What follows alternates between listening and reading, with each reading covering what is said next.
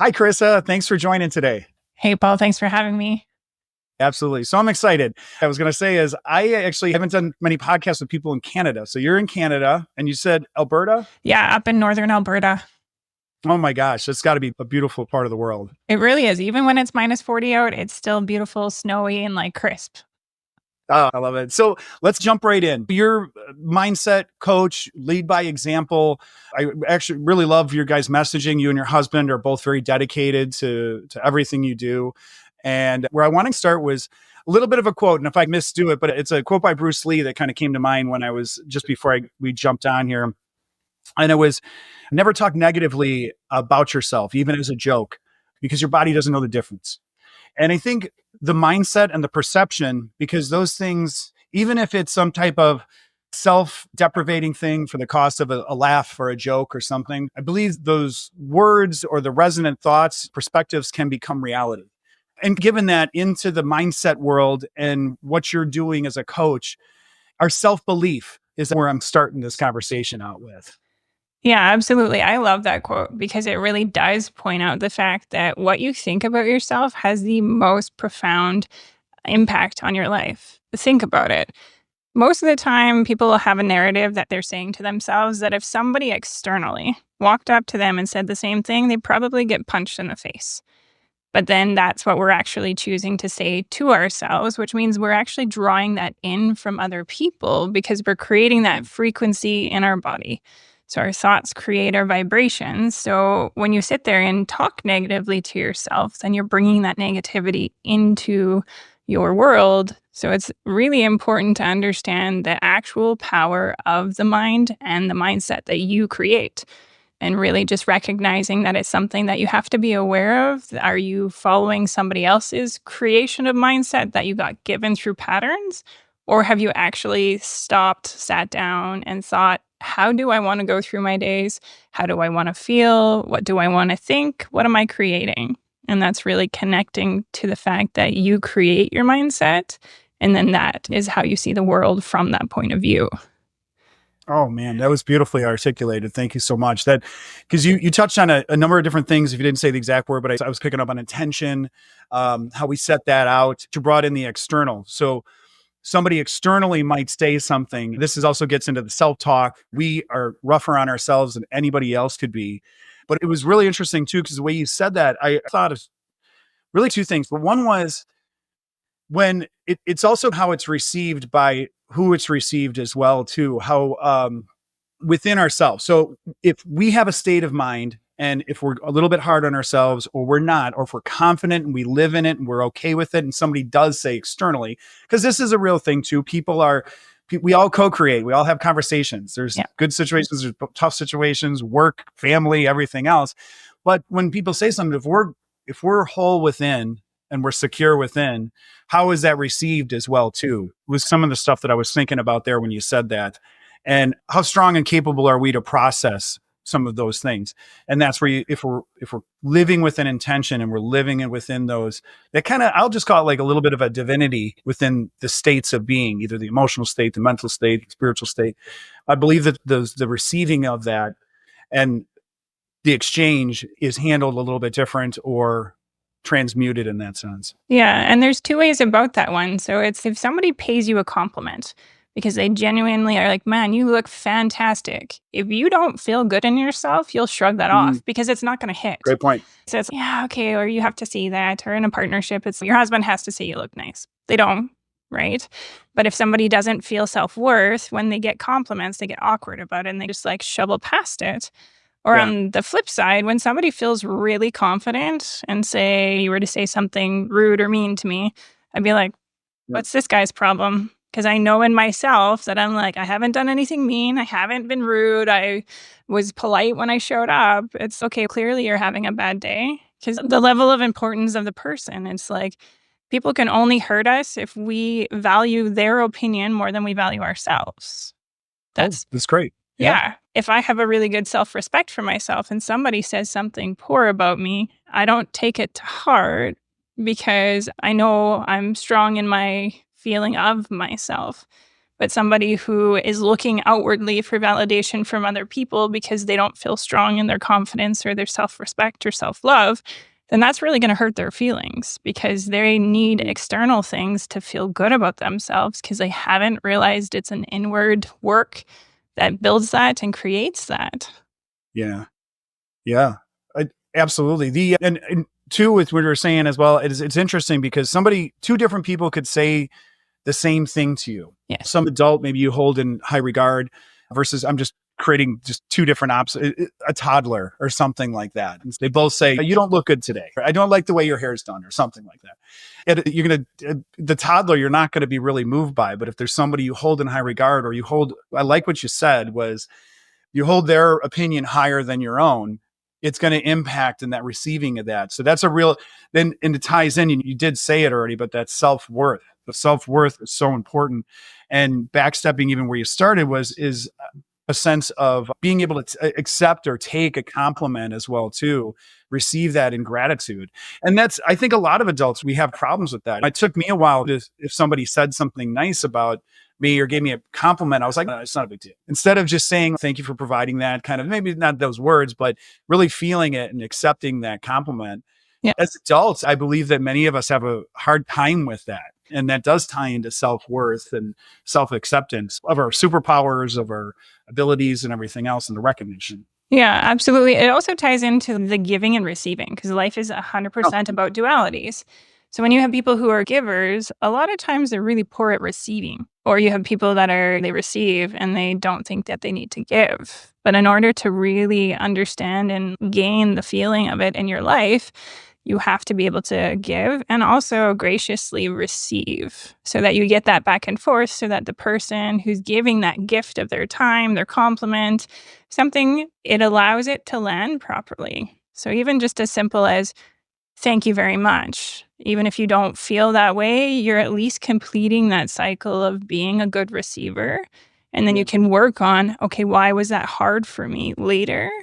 But just allowing that person to be able to give, because these are really important things in communication, community, and connection. Yeah, it's very true. And we're talking about even in a simple way as a compliment or something exchanged. Some of that giving is much larger and more encompassing in our lives, but it's nice to just talk about those little ones because that's where it sometimes starts. And that complimentary thing is one, but it's almost too as if somebody pays me a compliment and I'm like, no, it's almost a rejection too. Yeah. You're rejecting that person. And energetically, you're blocking some of that stuff too. You brought up and touched on drawing in those types of things. Yeah. And the more you can, instead of blocking it off, you're going to cut that flow off and you're going to cut the provisions off in that. But then you're going to go, I want all these things. But by action, you're cutting some of this stuff off. Yeah. Your words and your actions aren't meeting. So it's creating cognitive dissonance, right? Where they're not in alignment. But on the other side, to backstep for a second, when you don't allow somebody to pay you a compliment, you're actually telling them that wasn't good enough from you, right? So it's like poo-pooing the other person because your compliment wasn't good enough for me to receive, is what comes across instead of people realizing it's actually that person is hurting in themselves so they can't take it on because they've got self-worth issues or whatever it might be. Because we take a lot of things personally when we're not meant to, people are like, it wasn't good enough. And then that creates their own negative feedback loop on their side where they question, they second guess, and their self-worth becomes in question to themselves. Again, unless you have somebody who's very strong in themselves and they're just like, not sure what your problem is, but maybe you should go talk to yourself about that. But there's not as many people that are at that level just yet. I fully believe everybody can get to that level. It's just a skill to practice and work on and really just not take the world personally. Everybody is dealing with their own storms on the inside and a lot of times projecting them outwardly. Yeah. Not taking it personally is a very big deal because we as humans, I always say that we're very creative and we concoct a lot of things and thoughts in our brains and our minds and our hearts. And we're also self-oriented people because this is our personal universe. We're responsible for this. This is all consuming. We're up here and we're in our heart space and we're in all these spaces constantly. It can be very difficult to not separate yourself, create that, quiet the mind, be able to step back, be an observer, having awareness and mindfulness, and then approaching the communication and the conversations of, let me use this example with myself. In the past, I actually wasn't worried about what other people said, me personally. It was more about my response. I was too concerned about what my response was going to be to somebody else before, like, hope they don't make me upset, or hope they don't do this, or hope they don't hurt my feelings or something. It was more about my response. It was more about me. Yeah. And so I was able to just silence that, take a step back, have awareness around it, and reapproach it with some mindfulness. You realize that people they're on their own journey. We're all on our own journeys of self-mastery in that sense. So to reapproach it in that regard. Absolutely. And to share a personal story from my side, it's a tactic I've started using in my marriage with my husband.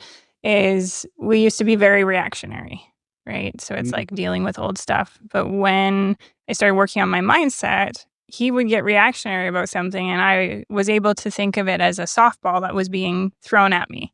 And so I would catch it, and I would pause for a second.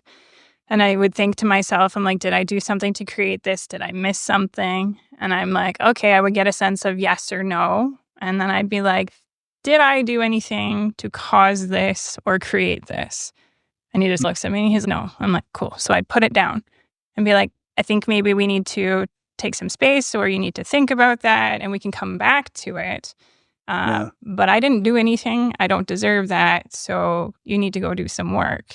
And that's like really just, you can do that with anybody. It doesn't have to be an intimate partnership. It can be with your kids, teenagers specifically. Catch those balls and just woos off for a second. And then just lots of times you can just put it down, and you don't actually have to react or respond to situations. They don't all need a response.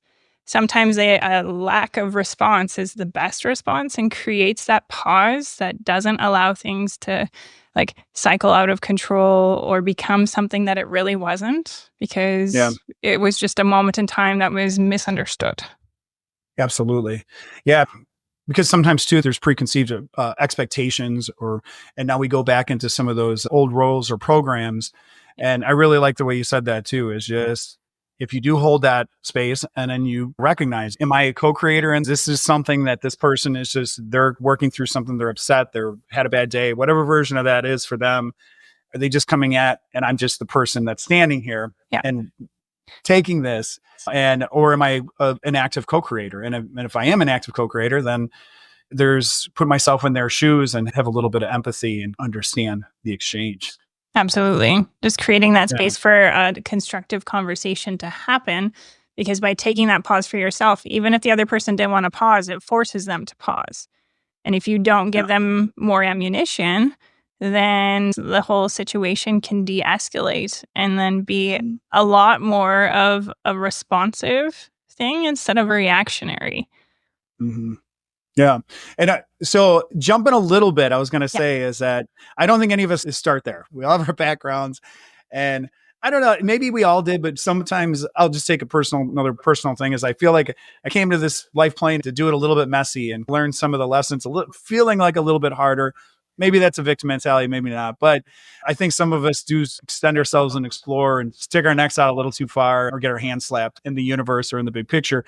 But for those great, beautiful lessons, and if we ask for an extraordinary life, sometimes those reflections and those paths, to be a trailblazer and to go through that. So I know that you have obviously we all have a background, and I know that if you want to share a little bit about your background too, or where you came from and how you maybe even got onto this journey of mindfulness. Yeah, absolutely. And again, like, life is supposed to be messy. It's supposed to be a full spectrum. It's not supposed to be happy, sunshine, and rainbows only. It's supposed to be the good, the bad, the hard, the difficult, the unknown. All of those things are what makes life so beautiful.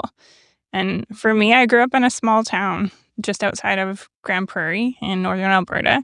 So what I was exposed to was pretty small until my dad started working overseas in the oil field. And then it broadened their horizon a little bit more. When I graduated, I went down to Calgary for massage school and then just jumped right into my trade.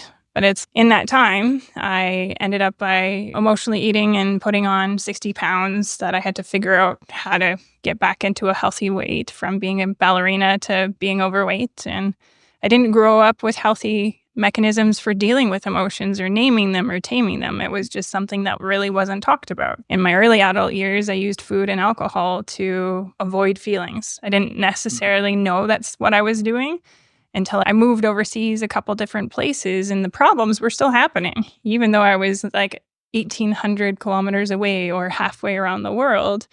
And that's where I'm like, the quote, wherever you go, there you are, comes to mind. I had to take ownership that all the difficulties I had gone through, I co-created because I was not facing my life. I was avoiding it. And when I finally put those together and I worked on getting my body healthier, having a better relationship with alcohol, which I realized I just don't need to have one because it doesn't add to my life. And then really just focusing on when I build a healthy body, I can help build a healthier mind. And then I can have the life that I actually truly want because I don't need to avoid it because I'm actually working on creating it versus just this is what life is handing me and woe is me. What do I do now? Why is it so hard? Because I used to believe everything had to be hard in my life, which I created it. And making that realization, I'm like, okay, yes, life is going to give me uncertainties. It's going to give me unexpected hardships, but it doesn't have to be hard for long. It can be hard in the moment. And then you figure out, okay, I've done hard things, getting up early, working out, eating regimentedly. Those are hard, but it feels better when you repeat it and you build that muscle and the strength and skill of doing hard things. Yeah. Oh, beautiful. Yeah, some of those delayed gratification versus some of the instant gratification. And with the eating thing and alcohol too, of course, there's a consuming of something to numb or distract, or your body craves it. Some of those things obviously there's a deep journey in that in itself. I don't want to say of why or what, but I think a lot of people are in those journeys and they don't exactly know what it is. So to continue to be consistent and show up, and you mentioned too, getting up early, working out, being mindful of what you eat, ingredients and all that, and living into a very intentional existence with our mind, body, and soul is, I'm going to ask the question just for the audience is where some of those initiant points start, where some of those recognition points, or where are some of those small things that kind of can start the path in the right direction? Really, it was just when I got really disgusted with myself as to you had to go to a very far point. It was just, I really didn't who I was. I didn't like what I was creating. I didn't like how life was going for me, even though I was a massage therapist for 17 years before I became a coach. And I was very successful, very trained and skilled in what I did. But I didn't have the body I wanted. I didn't have a healthy relationship. And life just felt hard all the way around. So I was really sick of creating my own misery.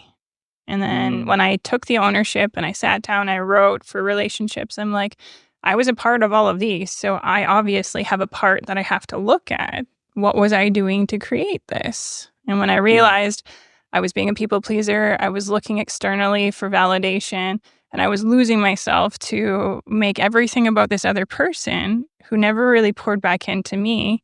So if I'm not pouring into me, how can anybody else pour into me? Because I'm showing them how to treat me.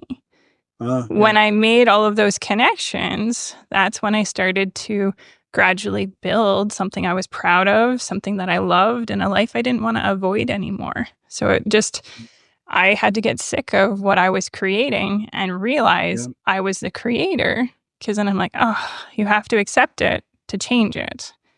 But the cool thing is you actually get to change it because you are in control of that. Yeah. On that journey, did you experience a little bit of the self-loathing or the regrets and things like that? Or was it, Absolutely. There's not a person who's an alcoholic who loves themselves. There's not a person who is overweight that truly loves themselves, because deep down, it's like that feeling of if they were really happy being in that situation, they wouldn't try so hard to diet or anything. They would just be genuinely so stoked about everything. People who are in relationships, if you're happy, you don't sit there waiting for the next time where it's, hey, where I'm going to go on a girls' trip or I'm going to go on a boys' trip, where you have that separation from them. So really just seeing where you're trying to create extra happiness outwardly will show whether or not you're doing okay on the inside. Yeah. Oh yeah, that externalization of happiness. That is a very, I like that kind of outlook on that. And I agree too, wholeheartedly. It's when you're in that sense of the heart space where there's an ease and a comfort, you're not seeking it. You don't, it's not really even a thought too. And you mentioned alcohol a couple of times too. Yeah. And I never said to myself, I don't drink and I stopped drinking, but it just stopped serving me. And Yeah. I don't remember the last time I had a drink. It's just not something of interest. It just makes you tired or whatever version of that is for yourself. But for me personally, it just made me tired and groggy and it just didn't serve me. I think you find ease in those things and you don't need those. Maybe I should be careful how I say it for somebody who's on that struggle bus, but it's just not a necessity. Yeah. For that. And that's not just alcohol. There's other aspects of it. There's a lot of people that smoke weed and gummies and all that stuff too. And it's not that anything is inherently wrong. It's just there's things that distract and take us away when it's, if you're on the journey, I think, and you have an ease of space in your heart. I just don't believe that you necessarily would even really want to chase something. Oh, well, absolutely. I always ask people, I'm like, okay, what's the one thing you're not willing to give up? And what do you get from that?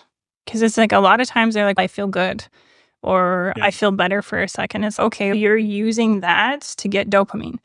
You can get dopamine from doing 50 squats instead. So I tell people when they're trying to break that habit of getting out of vices, whether it's social media, drinking, drugs, sex, porn, whatever it might be for that person, there's people that are addicted to fitness. It's okay, do something, move your body, right? And then ask yourself, do I still want that piece of chocolate? If you wanted it for the endorphins it releases or the happy hormones it releases in your body, but you already have those going on, you're less likely to want the chocolate. So really looking at the habits for what am I getting from this? And then is that building me towards who I want to be? Or is that taking me to a path of regret? And really just allowing people to put the connection together that maybe they haven't taken the time to create yet, that the reason they go into comfort is because they actually want to feel good. Yeah. And there are other ways to do it healthy. Yeah, I think there can be a redirection of that energy. It's interesting too, because some of the yo-yos and the roller coasters of our lives in different aspects in the physical or the relationships come across people almost get to a point of despair. I don't want to say a complete despair. None of it matters, but I think we've all had times. I can use myself as an example where we're healthier or stronger or more into fitness or less fitness. I've hit a spot in my life too, where it's not that I don't care. I'm just not as excited about doing it. It's like sometimes you hit these plateaus or lulls. Yeah. And trying to find those sparks and maybe it's because I'm seeking, not finding it. There's those points too. Sometimes, yes, like you don't want to chase the thing that you want because then it repels. But a lot of times it's okay, what is your why behind you, why you do this? And how long are you thinking? I do not always love going to the gym. Some days it's a lot harder and I have to argue with myself through every set. But I'm reminding myself, I have a goal that when I'm 97, I want to be healthy, fit, living independently, and running around after great grandkids. If I skip the gym today, I'm not creating that reality further down the road. So it's really just having a drive behind it. I didn't get into fitness thinking that I was going to be inspiring other people to get healthy, be more disciplined, live a better life. But when you do those things, you're showing it as a possibility for other people in the world because it's the law of exposure. Once you've seen it, you can't unsee it. But a lot of times, I always ask my clients, I'm like, what is your main goal? In that way, so when we hit those struggles, because the why has become put off to the side and they're not focusing on it, they're focusing on the scale or how I feel, it's okay, but here's your why. This thing right here, this is why you want to do it. Your baby that's 4 months old, you want to be able to run around with them when they're teenagers, or you want to be healthy and go on this trip. It's really just finding that burn in yourself to motivate you to do those things in the hard moments to be your best version. And I feel like that's sometimes where people don't feel like they have purpose or a reason to do the things. And then that makes it easier to fall off. Yeah. And thank you for saying purpose, because that was as soon as I was going to say, it was just screaming purpose, just felt like everything you were saying in there. And I think too is finding instead of I view it too as it's the process, not the goal necessarily. And you gave that example of being 97 years old or 130 years old or whatever that is, still being healthy and with it and being aware and being able to have movement.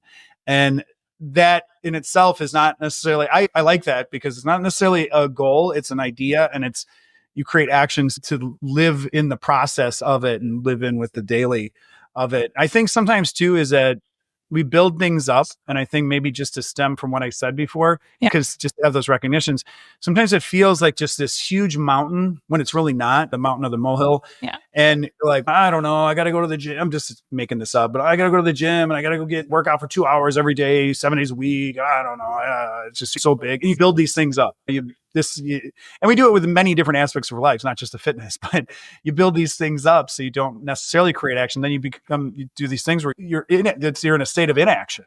Yeah. Because you just think that it's such a mountain to climb Well, to get there. the wording is what creates that mountain.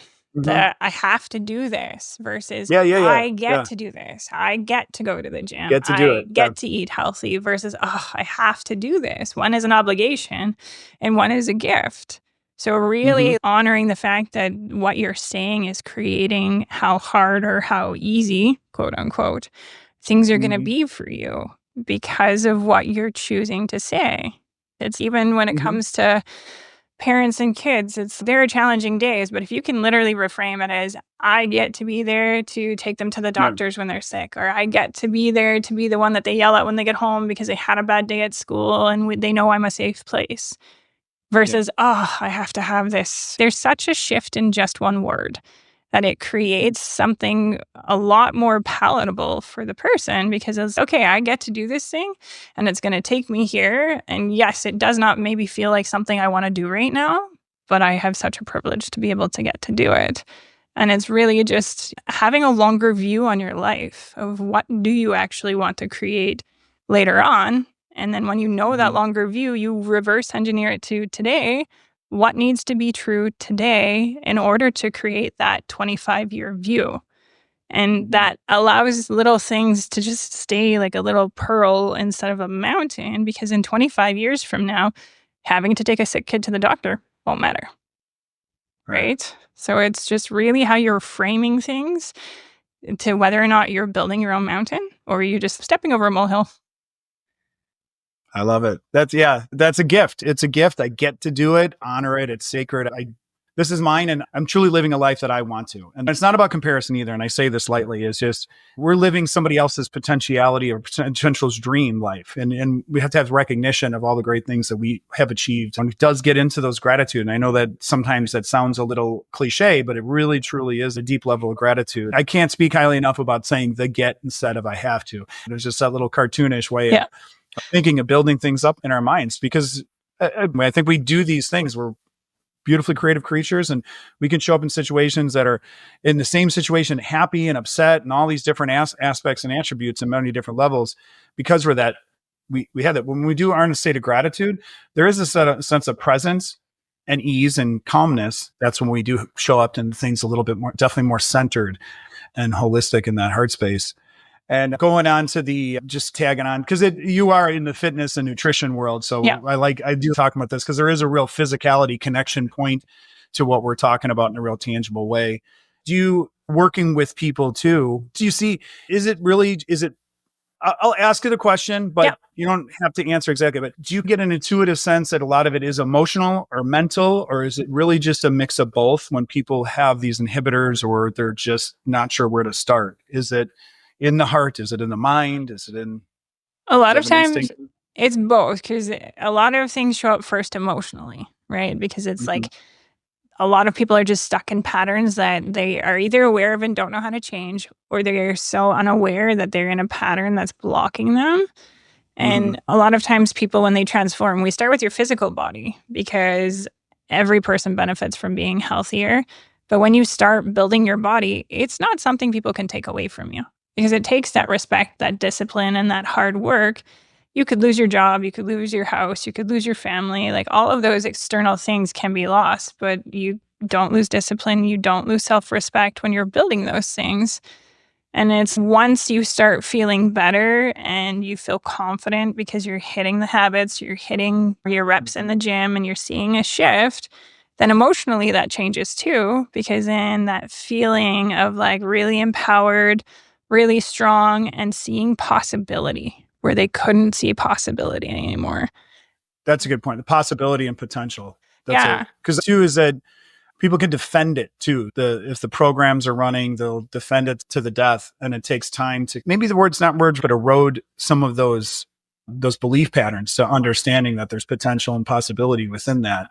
And those are probably potentially some of the hurdles and walls that they're from the recognition that people see and feel internally. absolutely. Yeah, people get in their own way and they get really focused on an outcome. And it's to circle back to what you said before, you have to trust and love the process and the results come.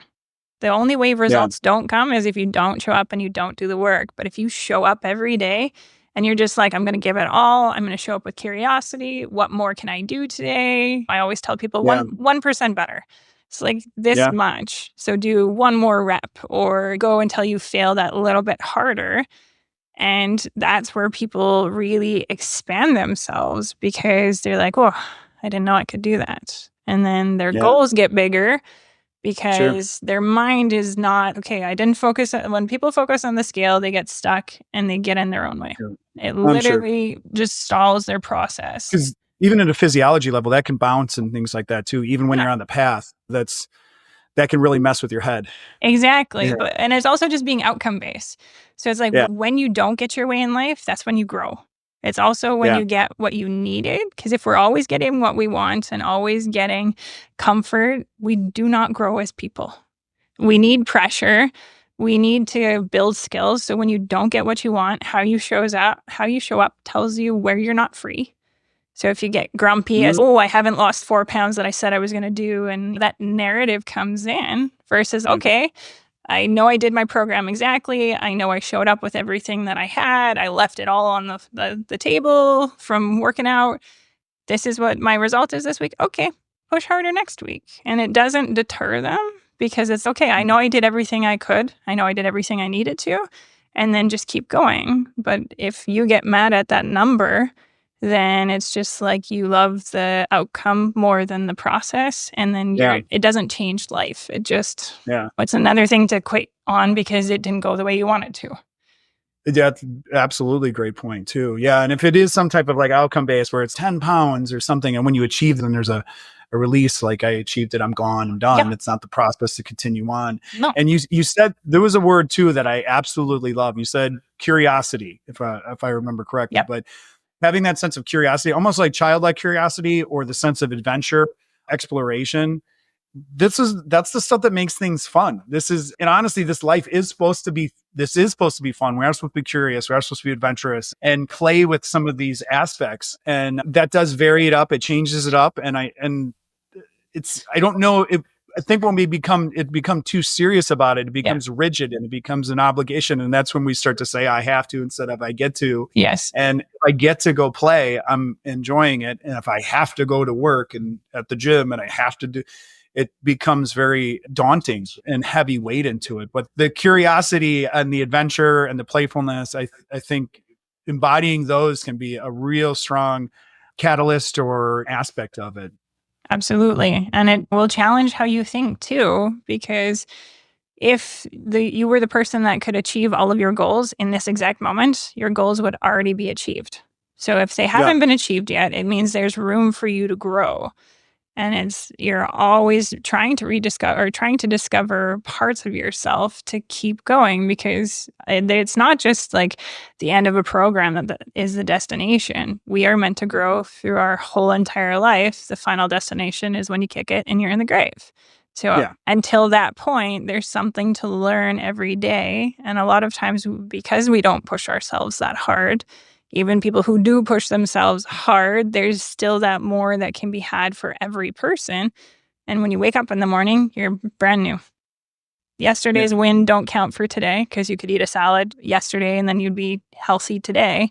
It doesn't work that way. Repetition is how we get there for all the things, how to maintain your success. And then when you have that level of success, in order to get more success, you have to keep that and work harder. So we're always like next level in everything, in every area of life. Yeah. So I'll put you on the hot seat for a second. Do you live it? Do you live by example? And I sure do. Our example, and we tell our clients, like, you don't have to get up the early as we get, but this is how we've found our design, is we're up at 2:50 a.m. every day. Oh, No days geez. off, right? We get up, we do some reading and reflecting, have our first meal of the day, and we're in the gym by 3:40 in the morning. And then we do our workout, and then we have a scheduled coffee date between my husband and I. So we've got Oh, that's good. Yeah. an hour between when we finish our workout. So our individual time for ourselves. We work out in the gym together, but we have our own little routine and we just let each other be. We have an hour of connection together, and then we're ready to be parents by the time the boys wake up. We've got 2 teenagers, a 14-year-old and a 12-year-old. Oh boy. And so Yeah. they need us to be at our best because they're in an awkward phase of life. So we have scheduled our life so that we can show up and not pour our shit onto them, for lack of a politer term, Absolutely. Yeah. and just be there to help them navigate what's going on, get them ready. And then once everybody goes to school and Tylor goes to work, I can jump into my coaching stuff, creating content. But we get our hard stuff out of the way at the very beginning. So we get up That's early, outstanding. we get our macros It's in, so important. all of that. So you start your days with multiple little wins. So then the energy of the rest of the day is you already feel like you've won. So you show up even better. Yeah. I have I don't want to say everybody, but you hear this a lot about getting up early and doing those hard things, or there's the terms like eat the frog first, or how do you, yeah. But I think I'll speak from personal perspective. To do it consistently, I find getting up is not everybody's a morning person. Some people can do things like this at night. But I've also seen too and observed in personal and others is that if the day goes on, it is easier to give yourself excuses or feel the burdens of the day later in the day. Yeah. So those early mornings, I believe, and other people also confirm this too, is that that's when you can show up consistently and really have that time before the day starts. Yeah. It's a focal point before the day weighs you down. And we're humans and we co-create and we have all these experiences, and not every day is perfect. So there's days that weigh us down. Yeah. And it's not supposed to be perfect. It's supposed to have days that weigh us down. And it's what you do when those days weigh you down. Do you lean into your habits, or do you run away from them because it's already a hard day? Let's make it a little bit easier here. Like, we used to work out at the end of the day. It used to be like somewhere between you did? Okay. 9:30 to 11:30 at night, and we're not missing. Wow. So sometimes the workout started at 11:30 and we finished by 12:30 in the morning, went to bed and got up at 6. And we didn't get what we needed from it, because our workouts are where we work through what's on our heart and our mind, right? Mm-hmm. Like physically deal with the problem, work through the problem. But at the end of the day, it's, hey, I got to check that box. And it didn't feel that good. So we actually had to look at what are our priorities. How do we need to schedule our day so that we can get our stuff done instead of rushing the boys? Hurry up, you got to get your stuff done. We got to go to the gym, and like really just rushing through time that we're not going to get back. So we upended it and started at it was 4:30 we got up. And then that wasn't quite enough time on leg days. So then you had to get up a little bit earlier. And then we're like, hey, let's connect in the morning. So it's just Oh, I like the evolution of that too. That is good to hear that you did do those things for yourself, but you did them at night, and you're like, we got to reassess this because there's a lot going on. And in the morning too, you do have that fresh slate when you wake up, and you got the little bit of the reset too. So for you guys to recognize that's cool to hear that somebody did that. Yeah. There's definitely an evolution of timeline of we had to figure out what worked. And this is why we know this works for us. And also, nobody needs anything from us at 2:50, well, that's 3 in the morning. The emails aren't, your phone's not going ding, and people calling, and the expectations and the demands of the day aren't happening. There's no guilt of, I'm working out instead of doing this. There is not a soul that needs anything from us at this time in the morning. Great point. Yeah. And so we just get to show up. This is my time. Yeah. Whatever it is, this is my time. Yeah. Because I'm like, really, whoever's texting me at 3 in the morning, usually it's a meme or something. It's that can wait till 5. That can wait till 7. But you don't feel obligated to not do your workout or something for you as an individual, because everybody's still sleeping. Yeah. And if you did that through the day too, you can have the fortitude, be able to meet any challenges. Yes. Because you're like, I've done it. I've already showed up and kicked ass, and there's nothing that can knock me off my horse for the most part. So, no, because able to go at it. Yeah, you showed up for yourself. Like, I've Mhm. poured into my own cup, I'm overflowing. So now I have so much to give to people for the rest of my day. I'm Yeah. less likely to be short. I'm less likely to be irritated by things. I can problem solve easier. But when you come from an empty cup because you're putting yourself last, little molehills turn into freaking glaciers They do. because you really, it's a self worth thing that's coming through. It's nobody's pouring into me, not even me. Yeah. And that's, I'll say too, I think we can all fall victim to it in different aspects of our life, and continually giving first to everybody. It really does wear on you because it'll express itself in different aspects of your life, in the health and the physical and the emotional, the mental, in some way, shape or form. If you give everything to the external, it'll come back in some way. You're It, going to feel, I really do believe you're going to feel it some way. And that's too, even things with, we talked about people overeating, and then yeah. we didn't talk about like either diseases or health, a lot of physical aspects. It expresses itself somewhere eventually. And a lot of times it shows up first as resentment. Yeah. People get really resentful. And a lot It's a of, great, again, yeah. they're resentful at themselves, but they're spewing it on other people because they haven't correlated that I can fix this. I can give myself what I need. And as I'm pouring into you and pouring and pouring, why don't you pour into me? You're Yeah. teaching people that you don't pour into yourself. So then you're training people how to treat you. Yeah. You cannot be surprised that nobody pours into you because you don't pour into Yeah. you. You said that incredibly well. And then you build up these expectations, but the resentment of the external, Yeah. um, is immense and can be carry a lot of weight. And again, too, I'm being repetitive, but then you set those expectations and then people don't meet your expectations. And now you're more resentful and you're hurt inside. Like, I gave them everything. Yeah. And to your point is that I told them that's what I wanted to do in that sense, by my actions or by my intentions, and they're like, oh, you just keep giving. All right, I'll just keep taking. That's our exchange. Isn't this right? And you're like, no, we build stuff up. We do. And yeah. And an unexpressed expectation is always going to be a disappointment Yes. because it's not Yes. expressed. So people are not mind readers. You need to use your That's right. big words and say, this Yeah. is what I need. And if somebody says no, then you can just reassess how the relationship is. A lot of Yeah. times people want to give to you. But if you're that person who gives without receiving and you build that resentment because you think just by showing it'll happen, it doesn't work that way. You got to use your Yeah. words.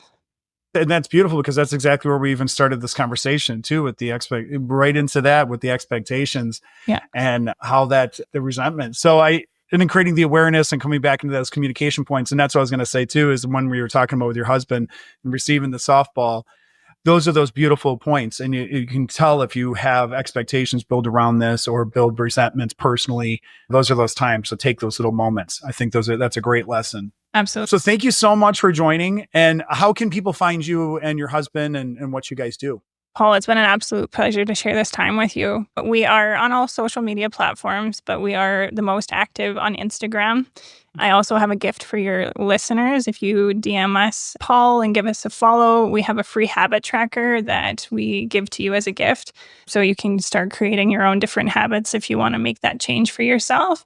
On Instagram, we're the.relentless.couple, and we show all of our stuff every day. We share our wake up time, macro posts, different things like that, and we share what got us to the success that we have today and the story behind each one of us and our journeys, and just how we enjoy helping people. We love helping people build their best lives and recognize what more is possible for them, no matter how well you're winning or how much you feel like you're stuck.